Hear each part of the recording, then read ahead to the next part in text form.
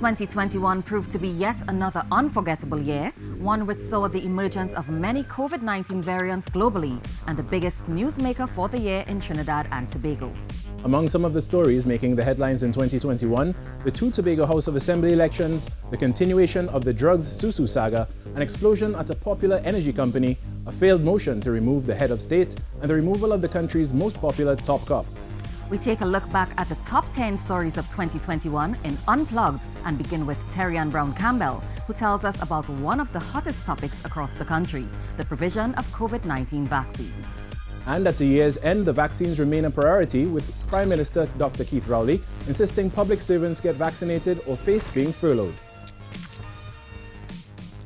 On the first day of 2021, Health Minister Terence D'Arsing announced this country would use two methods to ensure COVID-19 vaccines were available to the population by March 2021.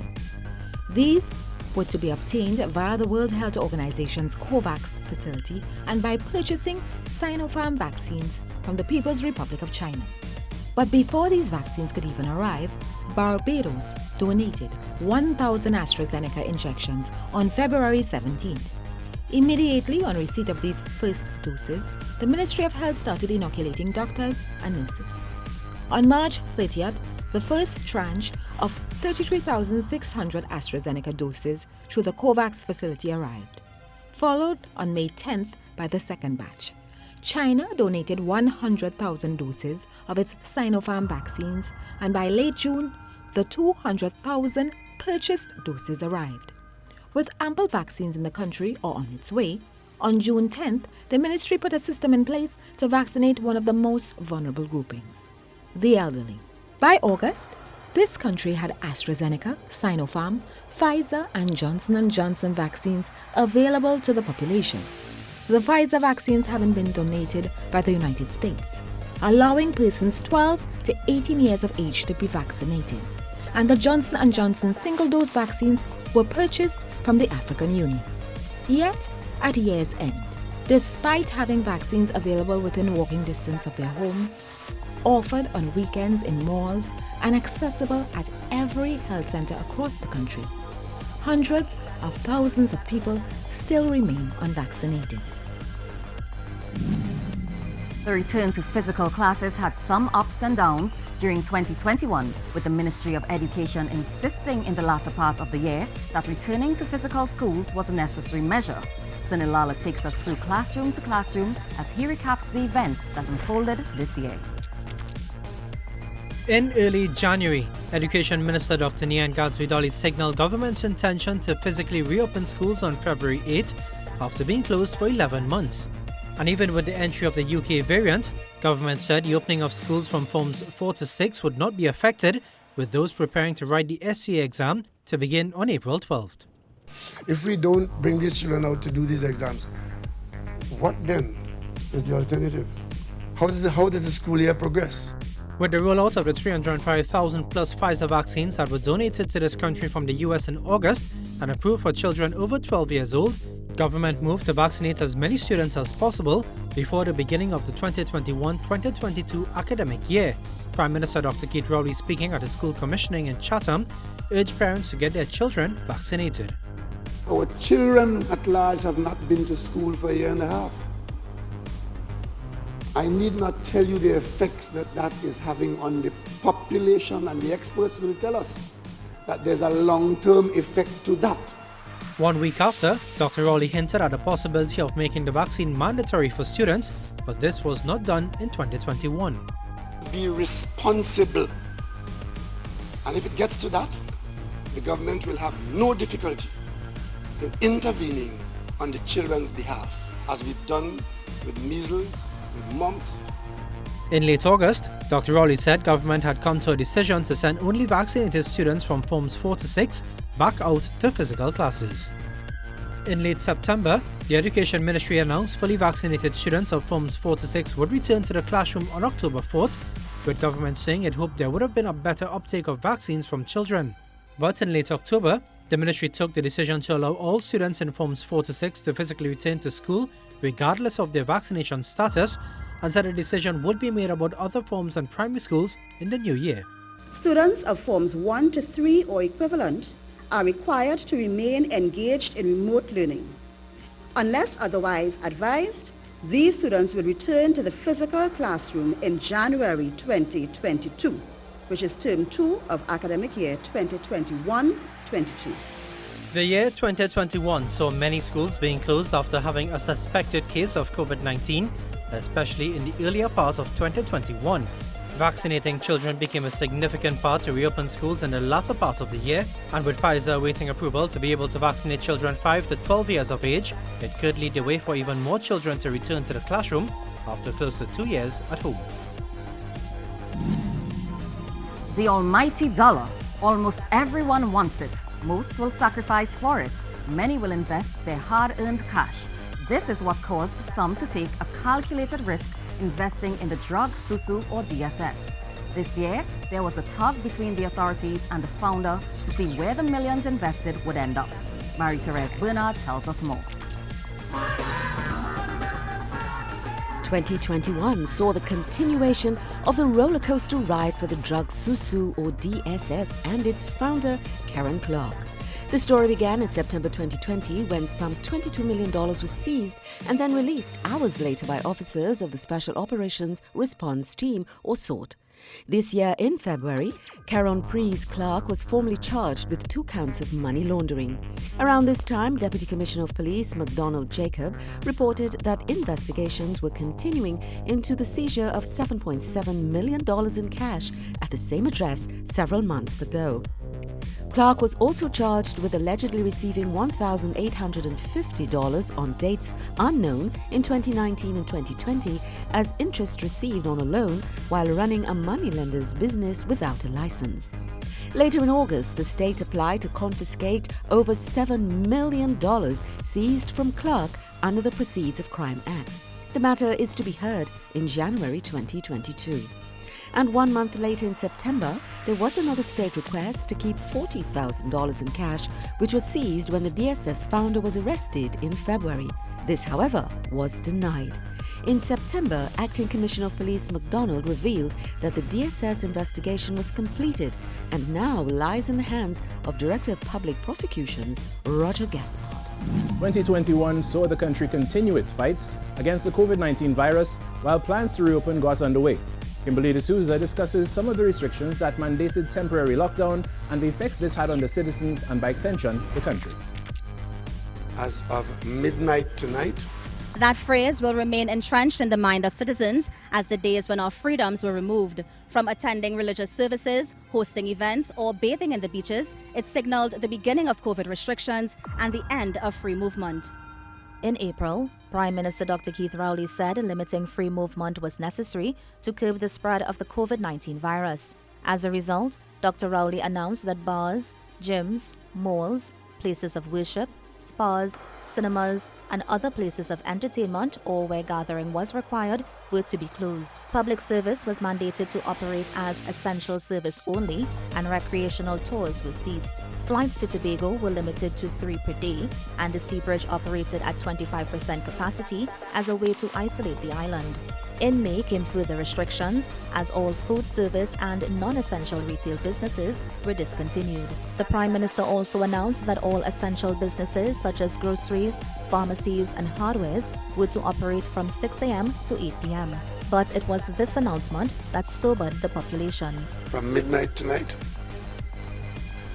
Trinidad and Tobago will be under a state of emergency involving a curfew that from then onwards would be 9 p.m. to 5 a.m. This mandatory stay-at-home requirement, while necessary to contain the spread of the virus, was shown to have negative effects on many groups, both local and abroad. Prime Minister Dr. Keith Rowley urged the population to be responsible as the government could not fund another lockdown. I am Kimberly D'Souza for Unplugged 2021 on TTT. When the NIC1 group started up its gas-to-liquids plant early in 2021, the government of Trinidad and Tobago celebrated the energy triumph, but less than a month later, the venture crashed to a halt. Terran Brown-Campbell tells us more.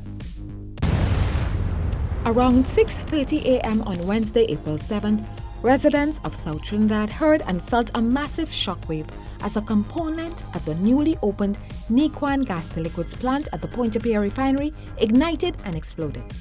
The brand new plant was officially opened on March 9th by Prime Minister Dr. Keith Rowley. The Prime Minister said government was expecting to receive $2 billion in taxes and statutory payments over the life of the project. And it was expected to provide employment for 65 permanent and 650 indirect employees through its supply chain.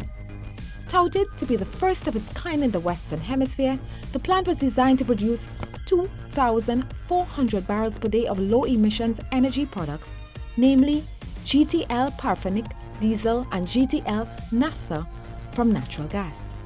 Nequan officials said the blowout occurred as they were starting up their hydrocracker system. While there were no casualties nor injuries as a result of the incident, homeowners in Marabella, Gasparillo, and Pointe-a-Pierre, the plant's fence line communities, said their properties were damaged by the explosion.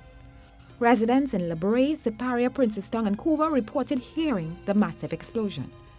Meanwhile, investigations into the cause of the incident were immediately launched by the Ministry of Energy and Energy Industries, the Environmental Management Authority, and the Occupational Safety and Health Authority, as well as the Trinidad and Tobago Fire Service. To date, the Nequan gas-to-liquids plant that you see behind me remains closed, as the final report on the cause for the explosion and clearance to reopen the plant have not been forthcoming from the Ministry of Energy and Energy Industries. I am Terry Ann Brown Campbell for Unplugged 2021 on TTT. Research has shown the COVID-19 pandemic has led to an increase in domestic violence incidents across the globe. In many cases, the violence against women led to their demise, and on the local front, 4 of those deaths gripped the nation as we kept hope alive they would be found safe and sound. But Kimberly D'Souza tells us these women and many others suffered at the hands of close male relatives who they trusted with their lives. A bloodied purse may have thrown police off the trail in their search for 28-year-old casino worker Kezia Guerra had it not been for a Venezuelan national who led police to this scene where her body was found on November 4th, the Diwali holiday. The Santa Cruz resident's body was found some 300 feet away, buried in a 4 feet deep grave right here in Santa Barbara Road in Maracas, St. Joseph. Speaking at the scene on the day her body was found, Ms. Guerra's boyfriend Dylan Huggins said she planned to go to the mall on Saturday with the daughter of the man suspected of her murder. On Sunday, Mr. Huggins reported his girlfriend missing to the police. Coincidentally, on the same day, the 36-year-old suspect in her disappearance was found dead by suicide after he ingested a poisonous substance. Forensic tests showed she had been strangled, stabbed, and beaten. The victims' deaths are among over 30 women who were murdered for the year. On June 9, 2021, 34-year-old Annalisa Gokul was reported missing. 2 months later, on August 9th, 2 men held in relation to her disappearance told police where her body was buried. With the assistance of a backhoe and excavator, Ms. Gokul's decomposing body was found buried in a 7.5-foot grave 300 feet off Wharton Trace, Sangre Chiquito. 35-year-old Daniel Sanchez was charged with the murder of Ms. Gokul. Sadly, more women fell victim to the hands of their predators in 2021. But it was 23-year-old Andrea Barrett's death that shook the nation. The young woman went missing on January 29th after she got into a car on the Arima taxi stand but never made it home. Many hoped she would be found alive as the country tried to heal from the death of young Ashanti Riley back in December 2020. On January 30th, 4 suspects, including a woman, were held in connection with Ms. Barrett's death. On February 4th, as the country held its breath, police confirmed the body found in the heights of Aripo was that of Ms. Barrett. Forensic reports showed Ms. Barrett was struck with a blunt object on her forehead. The impact resulted in a fractured skull and internal hemorrhaging. The Firearms Amendment Act No. 7 of 2021 was passed in the Parliament and assented to on July 6, 2021 to earlier regulate the use of pepper spray in this country. I am Kimberly D'Souza for Unplugged 2021 on TTT. Gary Griffith's term as Commissioner of Police came to an end in August after being top cop for 3 years. And while many thought the process of selecting a new police commissioner would be a smooth transition, it was just the beginning of chaos within the Police Service Commission. Sunilala takes a closer look at the events that transpired in 2021. To those who hate me and the police service, whenever and whenever you decide to do it, your hatred for me and for the police service and the development of this country is the fuel I needed to reapply. Many would remember Gary Griffith being appointed Commissioner of Police back in August of 2018. And even before his 3-year term in office came to an end, Mr. Griffith announced his intention to reapply for the position back in late June, saying he had a backing of at least 80% of the population. Just 2 weeks later in July, the Police Service Commission, the PSC, released an advertisement inviting applications for the position of Commissioner of Police. On August 20th, the PSC appointed Mr. Griffith to act as Police Commissioner until the completion of the selection process. In early September, Mr. Griffith proceeded on vacation leave. And after coming back from vacation on September 17th, Mr. Griffith claims he was told not to resume work by National Security Minister Fitzgerald Hines, which was denied by the minister. This prompted Griffith to write to the PSC requesting that the Commission's letter on September 17th be withdrawn immediately, saying he was not provided with any particulars of any allegation or evidence against him, giving them a deadline of noon on September 19th. Griffith then filed a judicial review lawsuit against the PSC the following day. Just 2 days later, on September 21st, would see the first PSC member resigning, Mr. Courtney McNeish, which came at a time when the Commission was facing several lawsuits over its handling of the recruitment process of the next Police Commissioner. In the days to follow, 2 other PSC members would resign, Dr. Susan Craig James and Roger Kewal Singh, leaving Chairperson Bliss C. Prasad the only one standing, but she would also bite the dust a few days later. It left a difficult task for the President to find at least 3 suitably qualified people to serve as members of the PSC. Prime Minister Dr. Keith Rowley also weighed in on the matter, saying there was no political interference after allegations from the opposition that PSC members were influenced by government members in removing Griffith as top cop. On October 14th, Justice Nadia Kangaloo declared that Griffith's appointment as acting police commissioner by the PSC after his contract ended in August 2021 was unconstitutional, meaning this country was for the first time since independence without a commissioner of police as head of the police service. 1 day later, the opposition filed an unprecedented motion to remove the president, alleging that she interfered in the operations of the PSC. A day after, the Prime Minister indicated that he had lost confidence in Griffith and expressed that to the PSC in a letter a year prior. By October 21st, the President had sent 4 names to Parliament to be considered as PSC members. And on November 10th, Griffith officially withdrew his challenge against the former PSC on his suspension. By November 17th, all new 5 members of the PSC would take up their oath of offices at the President's house. Their nominations were approved by the Parliament on November 10th without the opposition's support. But on December 17th, just 1 week before Christmas, Parliament approved the nomination for MacDonald Jacob to act as Commissioner of Police, as well as Erla Christopher and Wendell Williams to act as Deputy Commissioners of Police. I am Sunol Lala for Unplugged 2021 on TTT. As the old saying goes, laugh and cry live in the same house. And this is what the year 2021 represented to a lot of people. This saying was especially true for the people of Tobago, who experienced a lot of political and social change. In the end, Tobagonians showed strength and resolve as a new way forward was forged. Ayana Carter recaps the year 2021, a year where there were 2 elections and Tobago's year of change. The Tobago House of Assembly was dissolved on November 17, 2020, as elections became constitutionally due. January 25, 2021 was given as the date for that election. This was the 11th election since the establishment of the Tobago House of Assembly in 1980. The results of the election were shocking. 6 seats for the Tracy Davidson Celestine-led People's National Movement and 6 for the Progressive Democratic Patriots, led by Deputy Political Leader Fali Augustine. The Tobago electorate had spoken, and both parties were tasked with finding a solution where there was no guidance from the THA Act nor precedent set. They were going into uncharted waters. Despite efforts by the members of the Assembly, civil society and public pressure, the PNM-6 and the PDP-6 were unable to agree on a way forward. Thus, the responsibility was left to the Parliament.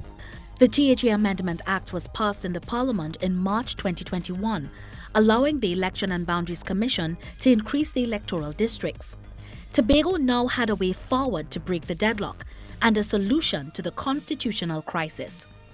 In September 2021, the EBC report was passed in the Parliament, increasing the electoral districts from 12 to 15, though not an ideal solution for many. On October 6, 2021, Chief Secretary Ansel Dennis announced the 2021 Tobago House of Assembly election to be held on December 6, 2021. 45 candidates from 5 political parties contested the election, 15 each from the PNM and the PDP, 13 from newly formed Dr. Denise Soyafat-Angus's-led IDA, 1 from the Unity of the People, and 1 from the Class Action Reform Movement.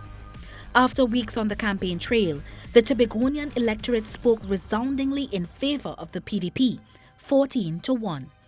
PNM candidate for Darrell Spring Wim, Kelvin Morris, was the lone winner for the incumbent. December 9, 2021, Farley Chavez Augustine was officially sworn in as the Chief Secretary of the Tobago House of Assembly, while Kelvin Morris was sworn in as Minority Leader. Orlando Kerr, Tasha Boris, Sertica Williams, and Petal Daniel Benoit received their appointments as councillors. Going forward, Chief Secretary Farley Augustine promised to work with all entities for the good of moving the island forward. 2021 saw an attempt by the opposition, the UNC, to remove Trinidad and Tobago's president, Paul May Weeks, from office. But the motion was defeated after a vote in the Electoral College on October 21st, 2021. We now join Mahalia Joseph Wharton, who tells us more in this story, the failed motion. Why was the motion filed by the opposition? The president was accused of being an agent of the PNM and of facilitating unconstitutional interference in the selection of a commissioner of police by an unidentified public official. The motion which I have filed in the Parliament to establish a tribunal to investigate the removal of Her Excellency as President of the Republic of Trinidad and Tobago is required more than ever to determine the facts of the events that led to this constitutional abyss. The historic impeachment motion against President Paul May Weeks was voted on by members of the Electoral College in an extraordinary sitting to consider the motion pursuant to Section 36 of the Constitution, which called for the establishment of a tribunal to investigate the removal of President Paul May Weeks from office. Members of the House of Representatives and the Senate make up the Electoral College, which normally only meet to elect a president. But at the end of the voting process in the Electoral College, President Paul May Weeks did not face a tribunal. Honourable members, the result of the vote is as follows. 24 members voted for, 47 members voted against, no member declined to vote. The motion is defeated. But getting to this point took longer than usual, as during the sitting the microphones of several opposition MPs were muted as they repeatedly interrupted the Speaker Bridget Anisette George as she tried to proceed with a vote on the motion. At a media conference at her Charles Street Port of Spain office on Thursday, Basad Bissessa described the failure of the motion as an attack on democracy and warned that if it were left unchecked, Trinidad and Tobago's institutions would be vulnerable to political interference. I'm Mahalia Joseph Wharton for Unplugged 2021 on TTT. In 2021, Tobagonians saw a new Tobago House of Assembly being installed. But this was not the only change the island saw, as Tobago benefited from many developmental projects in the sectors of tourism, health and culture, to name a few. Percia Douglas shares this recap of all Tobago's developments in I Love Tobago. One may not think too much into the importance of signage, but in reality, a sign plays an integral role in providing information and direction or simply highlighting something. For 2021, Tobago was outfitted with many signs at points throughout the island. Some of these signs included the I Love Buku sign, Welcome to Cane and Bonaccord, as well as a recent addition, a Welcome to Crown Point sign. And as work continues on infrastructure on the island, there have been efforts to revitalize Tobago's orange economy with the launching of the Tobago Performing Arts Company, TPAC. Our commitment is to driving positive social and economic changes through capacity building and holistic approach to the performing arts. In September, there was the announcement of another infrastructural project aimed at boosting the island's tourism sector, the construction of a Marriott Hotel by Superior Hotels at Rocky Point, fitting to a recently completed $7.3 million boardwalk, added to the list. A 200-room hotel, 28 duplex residences, 11 single-family luxury villas, 12 fully outfitted townhouses. In the area of health facilities were opened across the island. including the Mariah Health Center as well as the Roxbow Health Center. And as Tobago works toward food security, another recent development project was focused on the agricultural sector as farmlands were distributed across Tobago. Now as the year comes to an end, though grateful for the developments which have been made in Tobago over the last 12 months, with a new THA administration in place, Tobagonians are looking ahead. Undoubtedly, there is much work to be done in Tobago, but Tobagonians look forward to progress. I am Caricia Douglas for Unplugged 2021 on TTT. That was Unplugged 2021, a look back at the top 10 stories making the headlines for this year. On behalf of all of us here at TTT, thank you for being with us throughout the year. We wish you a happy, productive, and safe 2022.